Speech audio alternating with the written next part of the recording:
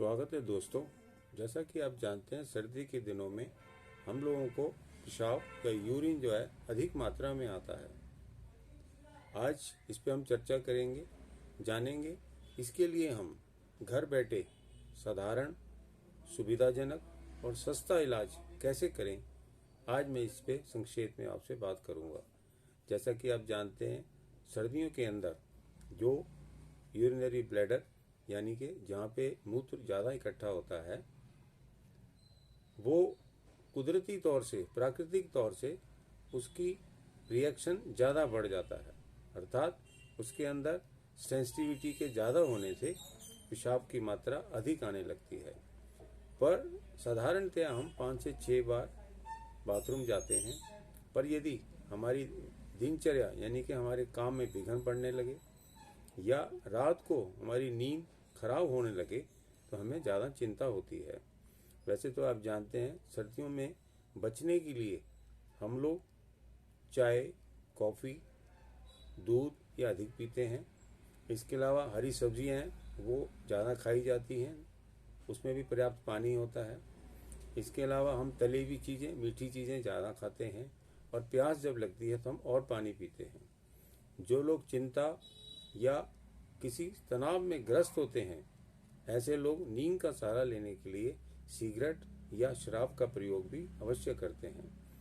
साधारणतः आप देखेंगे, जिस प्रकार का हमारा खान पान है उससे हमें यूरिन की मात्रा अधिक होती है। पर कुछ परिस्थितियां ऐसी हैं, जैसे जिन लेडीज़ को प्रेगनेंसी होती है उसमें भी बाथरूम जो है ज़्यादा आता है, जो कि एक साधारणतया नॉर्मल बात है। इसके अलावा कुछ बीमारियां ऐसी हैं जिसके अंदर पेशाब का ज़्यादा आना स्वाभाविक हो गया है। जैसे कि आप देखेंगे, जिन लोगों को शुगर या डायबिटीज़ या मधुमेह होता है उनको भी बाथरूम ज़्यादा आता है। जिन लोगों को यूरिन में इन्फेक्शन होता है, पेशाब के रास्ते में इन्फेक्शन होगा, उनको भी यूरिन ज़्यादा आएगा। विशेषकर लड़कियों को, क्योंकि उनका यूरेथ्रा छोटा होता है। इसके अलावा कुछ लोगों को पथरी, कोई गांठ या कोई फैटल डिजीज़ के नाम से कैंसर जिसको हम जानते हैं वो भी हो सकता है। जो लोग मेल हैं उनको बड़ी उम्र के अंदर गुदूद का बढ़ना या प्रोस्टेट का बढ़ना ये स्वाभाविक है। इसके अलावा कुछ बीमारियां ऐसी हैं जैसे कैंसर आदि, उसके अंदर भी पेशाब ज़्यादा आने लगता है। ये एक साधारण से लक्षण मैंने आपको बताए। अब हम बात करेंगे इसको हम घर बैठे किन चीज़ों से कुछ कम कर सकते हैं। एक तो आप गर्म पानी पिएं, ठंडा पानी का प्रयोग कम करें।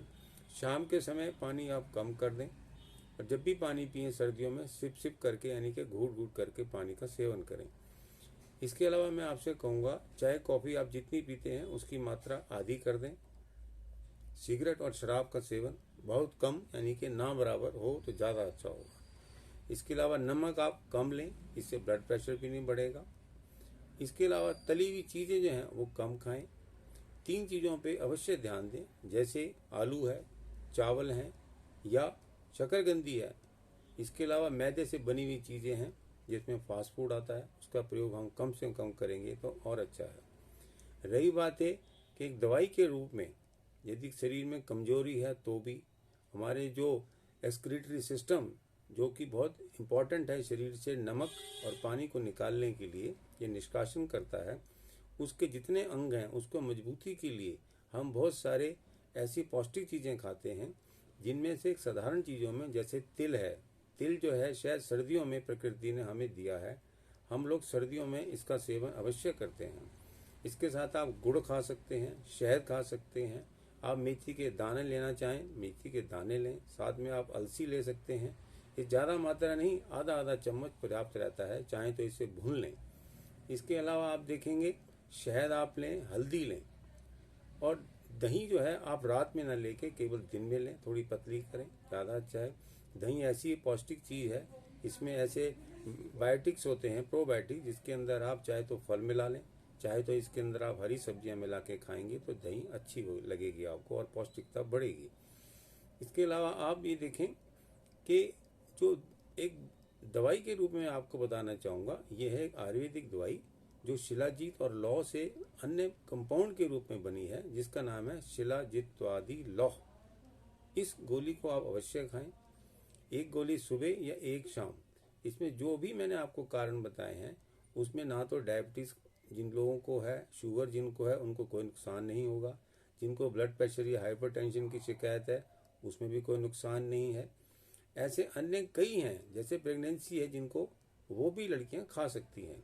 पर जो साधारण मैंने आपको सावधानियां बताई उसके चलते आप जो चीज़ें मैंने आप बताई ये अवश्य खाएं।